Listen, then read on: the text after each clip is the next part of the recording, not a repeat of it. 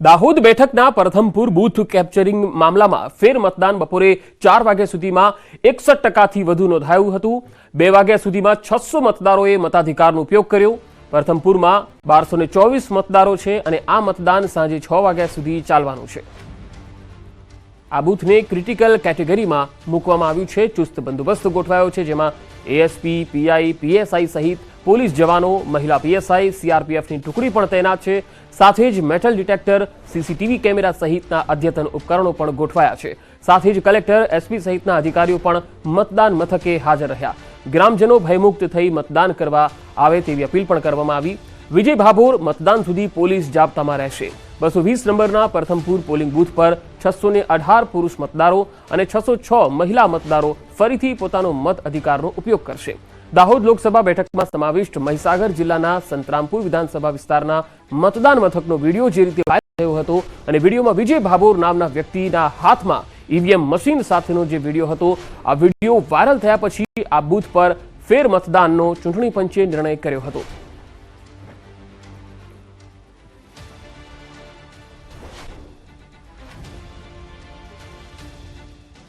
તો બપોરે 4 વાગ્યા સુધી 61% મતદાન થયું છે। હજુ 6 વાગ્યા સુધી આ મતદાન ચાલશે।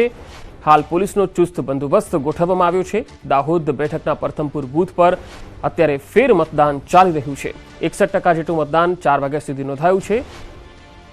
બે અલગ અલગ તસવીરોમાં આપણે બતાવી રહ્યા છીએ કે જે મતદાતાઓ છે તેઓ પણ સ્થળ પર આવી રહ્યા છે, ફરી એકવાર પોતાના મતાધિકારનો ઉપયોગ કરી રહ્યા છે અને પોલીસનો પણ અહીંયા ચુસ્ત બંદોબસ્ત છે। તમામ લોકોને મતદાન કરવા માટે આવવા માટે અપીલ પણ કરવામાં આવી રહી છે।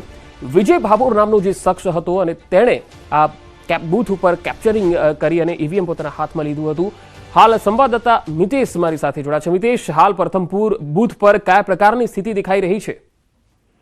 બિલકુલથી પંકજ, જો વાત કરવામાં આવે તો બૂથ કેપ્ચરિંગને લઈને આજે 11 તારીખે અને વહેલી સવારથી જ આજે મતદાન મથક પર મોટી લાઈનો જોવા મળી હતી। મતદાન યોજાયું હતું। જો કે વાત કરવામાં આવે તો અહીંયા વહેલી સવારથી જે મતદાન યોજાયું હતું તેમાં મહિલાઓ અને પુરુષોની મોટી લાઈનો જોવા મળી હતી। બપોર પડવા આવી 2 થી 3 વાગ્યા સુધી પણ મોટી લાઈનો જોવા મળી હતી। કહી શકાય કે ક્યાંક ને ક્યાંક આજે 4 વાગ્યા છે અને 61% જેવું મતદાન નોંધાયું છે, ત્યારે 732 મતદારો એ પોતાનું મતાધિકારનો ઉપયોગ કર્યો છે। ત્યારે વાત કરવામાં આવે તો 1224 જેટલા મત અહીં મતદારો છે, ત્યારે હવે કેટલા ટકા મતદાન નોંધાય છે તે જોવું રહ્યું। જી મિતેશ, આભાર માહિતી આપવા માટે। વધુ એક મહત્વપૂર્ણ ખબર આવી રહી છે। પંચમહાલમાં નીટની પરીક્ષામાં ગેરરીતિનો જે મામલો હતો, આ કૌભાંડના મુખ્ય આરોપી ભાજપમાંથી સસ્પેન્ડ થયા છે। આરીફ વોરાને ભાજપે પક્ષમાંથી સસ્પેન્ડ કર્યો છે। પંચમહાલ જિલ્લા લઘુમતી મોરચાના ઉપાધ્યક્ષ હતા। પંચમહાલ જિલ્લા ભાજપ પ્રમુખે તાત્કાલિક સસ્પેન્ડ કર્યા છે।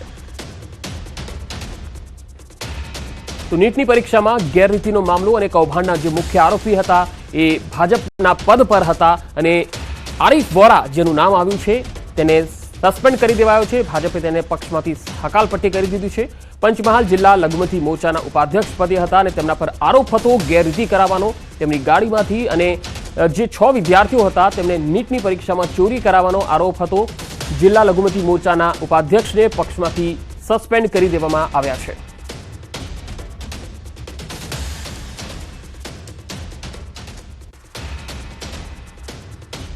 તો નીટની પરીક્ષામાં જે ગેરરીતિનો મામલો સામે આવ્યો હતો, જેમાં ખુદ કલેક્ટરે આ સમગ્ર મામલાનો પર્દાફાશ કર્યો હતો।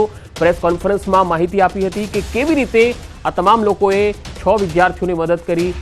રાજેશ સંવાદદાતા મારી સાથે જોડાયા છે। રાજેશ, પંચમહાલમાં જે આ ગેરરીતિનો આખો મામલો જે કલેક્ટરે સામે લાવ્યા હતા, હવે આ ભાજપનો જે નેતા છે તે પક્ષમાંથી સસ્પેન્ડ થયો છે, આ નેતાની મુખ્ય ભૂમિકા શું હતી આ કાંડમાં? ચોક્કસ પંકજ, વાત કરવામાં આવે તો જ્યાં કથિત જે નીટ પરીક્ષામાં પાસ કરાવવાનું જે ષડયંત્ર બહાર આવ્યું છે, જેમાં જે આરીફ વોરા નામનો જે વ્યક્તિ છે, જે જિલ્લા લઘુમતી મોરચાનો ઉપપ્રમુખ હતો, જે અગાઉ જય જલારામ જે પરીક્ષા કેન્દ્ર છે તેમાં અગાઉ નોકરી પણ કરતો હતો, ત્યારબાદ એ છૂટો થઈ ગયો હતો। પરંતુ હાલ જે આ સમગ્ર જે પ્રકરણ છે, પ્રકરણની વાત કરવામાં આવે તો તેની ભૂમિકા હતી જે આનો મુખ્ય આરોપી છે તુષાર ભટ્ટ। એ તુષાર ભટ્ટને આરીફ વોરાએ તેના ઘરે બોલાવી અને જે આ ડીલ થઈ હતી તે પૈકીના 7 લાખ રૂપિયા આપ્યા હતા અને જે નાણાકીય વ્યવહારની જે વચેટિયાની ભૂમિકા છે તે આરીફની હતી, જેથી આરીફને ભાજપ દ્વારા સસ્પેન્ડ કરી દેવામાં આવી છે। સાથે સાથે પોલીસ દ્વારા તેની ધરપકડ કરવા માટે અલગ અલગ ટીમોની રચના કરવામાં આવી છે અને હાલ તપાસ ચાલુ છે। જી જી રાજેશ, આભાર માહિતી આપવા માટે. તો નીટ કૌભાંડના આરોપીને કોર્ટમાં પણ રજૂ કરવામાં આવ્યો. આરોપી પરશુરામ રોયને ગોધરા કોર્ટમાં રજૂ કરાયો. આરોપીના 14 દિવસના રિમાન્ડની માંગણી કરાઈ. કોર્ટે 20 મે સુધીના રિમાન્ડ મંજૂર કર્યા છે. ત્રણેય આરોપીઓ પૈકી પરશુરામ રોયની ગોધરા પોલીસે ધરપકડ કરી હતી. નીટ કૌભાંડમાં મુખ્ય આરોપી તુષાર ભટ્ટ અને આરીફ વોરા હાલ પોલીસ પકડથી દૂર છે. પોલીસે અલગ અલગ ટીમ બનાવીને આરોપીઓને ઝડપી લેવા કવાયત હાથ ધરી છે. કૌભાંડમાં શિક્ષણ વિભાગના અધિકારીઓ અને જય જલારામ સ્કૂલના કેટલાક શિક્ષકોના પણ નિવેદન લેવામાં આવ્યા. આજરોજ ગોધરા ખાતે નીટની પરીક્ષામાં જે ગેરરીતિ થઈ હતી એ સંદર્ભે પોલીસે ધરપકડ કરેલ આરોપી પરશુરામ રોયને નામદાર કોર્ટ સમક્ષ પોલીસ કસ્ટડી માટે રજૂ કરવામાં આવ્યા હતા અને ઘણા બધા કારણો સાથે તપાસ કરનાર અધિકારીએ આરોપી પરશુરામ રોયના 14 દિવસના પોલીસ કસ્ટડીની માગણી કરેલી અને નામદાર કોર્ટ દ્વારા તમામ હકીકતને ધ્યાને લઈ અને દલીલોને રજૂઆતને ધ્યાને લઈ અને આરોપીના 20 તારીખ સુધીના પોલીસ કસ્ટડી રિમાન્ડ મંજૂર કરેલા છે. સુરત એરપોર્ટમાં એર એમ્બ્યુલન્સ અટવાઈ ગઈ. એરપોર્ટમાં એર એમ્બ્યુલન્સનો વિડીયો વાયરલ થયો છે. એર એમ્બ્યુલન્સને ધક્કો મારવો પડ્યો. એરપોર્ટના ક્રૂ મેમ્બરો અને એરપોર્ટ ગ્રાઉન્ડ સ્ટાફના કર્મી કામે લાગ્યા હતા. આ તસવીરો જુઓ. ટેકનિકલ ખામીને કારણે પ્લેન બંધ થઈ ગયું હોવાનું અનુમાન છે. પાર્કિંગ સાઇડ પર ખસેડવા એરપોર્ટના કર્મચારીઓએ ધક્કો મારવાની ફરજ પડી હતી. તો સુરતથી આવી રહી છે આ તસવીર. એરપોર્ટમાં એર એમ્બ્યુલન્સ અટવાઈ ગઈ. એરપોર્ટમાં એર એમ્બ્યુલન્સનો એક વિડીયો વાયરલ થયો છે, જેમાં એર એમ્બ્યુલન્સને ધક્કો મારવામાં આવી રહ્યો છે. એરપોર્ટના ક્રૂ મેમ્બરો અને એરપોર્ટ ગ્રાઉન્ડ સ્ટાફ કર્મી કામે લાગ્યા છે.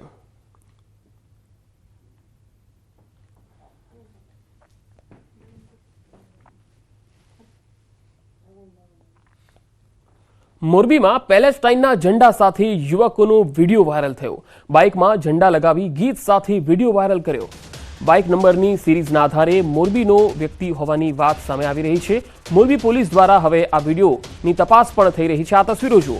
પેલેસ્ટાઇનના ઝંડા સાથે યુવકે વિડીયો બનાવ્યો. બાઇક પર જઈ રહ્યો છે આ યુવક અને આ રીતે વિડીયો બનાવ્યો. તેના હાથમાં જે ઝંડો છે એ પેલેસ્ટાઇનનો ઝંડો છે અને સોશિયલ મીડિયામાં આ વિડીયો વાયરલ થઈ રહ્યો છે. પરંતુ બાઇકમાં જે નંબર પ્લેટ છે તેના આધારે આ બાઇક જે છે એ મોરબીનું છે. યુવક પણ મોરબીનો હોય તેવી વાત સામે આવી રહી છે. ત્યારે આ વિડીયોના આધારે હવે પોલીસ તપાસ કરી રહી છે કે આ વ્યક્તિઓ કોણ છે અને આ જે વિડીયો બનાવ્યો છે એ કયા ઈરાદાથી તેમણે બનાવ્યો છે. પેલેસ્ટાઇનનો ઝંડો લઈને આ યુવકોએ વિડીયો બનાવ્યો.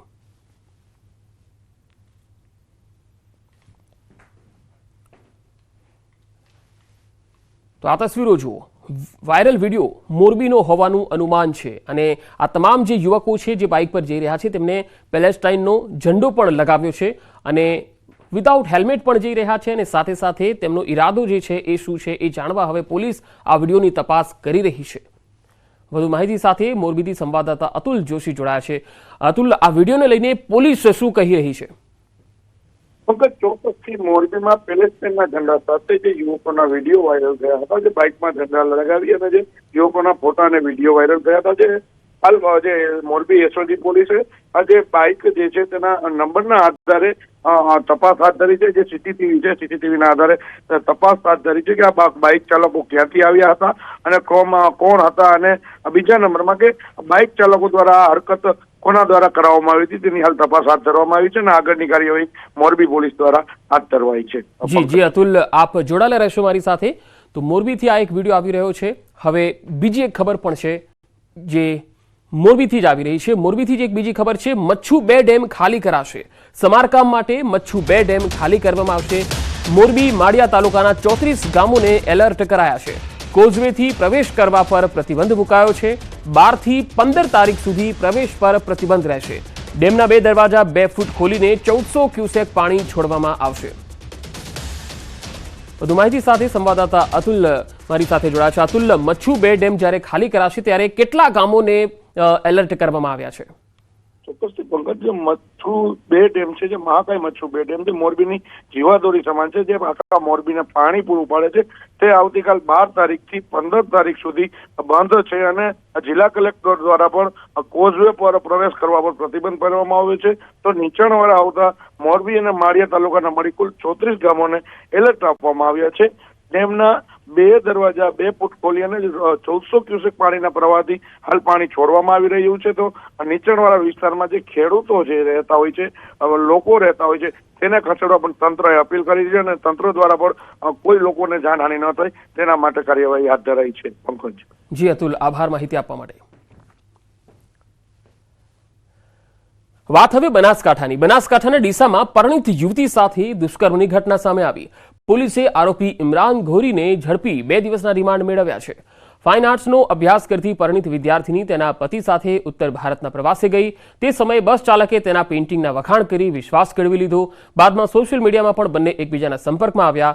આરોપીઓ ઇમરાન ઘોરીએ વિડીયો કોલિંગ અને રેકોર્ડિંગના પુરાવા એકત્ર કરી યુવતીનું બ્લેકમેલિંગ શરૂ કર્યું. બાદમાં ધમકાવી અલગ અલગ સમયે બસ અને કારમાં દુષ્કર્મ આચર્યું. આખરે આરોપીના ત્રાસથી યુવતીએ ઝેરી દવા ગટગટાવી આત્મહત્યાનો પ્રયાસ કરતા સમગ્ર ભાંડો ફૂટ્યો હતો. પરિવારે બસ ચાલક સામે ફરિયાદ નોંધાવી હતી. વોટ્સએપથી માંડી ઇન્સ્ટાગ્રામ બધું જ એ વ્યક્તિએ હેક કરેલ હતું અને એ વ્યક્તિની અંદર તમામ મુવમેન્ટ, એ છોકરી પોતે બી એક તમામ મુવમેન્ટ એને ખબર પડે એ રીતે એના ફાધર, મધર, બધા જ ફેમિલી મેમ્બર સુધીની ડિટેલ્સ એની પાસે હતી. આ બધી જ ડિટેલ્સના આધારે એ વ્યક્તિ ઘણીવાર એને મારી નાખવાની ધમકી પણ આપતો. એમના જે પતિ છે એના ઘર સુધી પણ 1-2 વાર ગયેલ છે એવી ફરિયાદમાં હકીકત ઉલ્લેખ કરવામાં આવ્યો છે.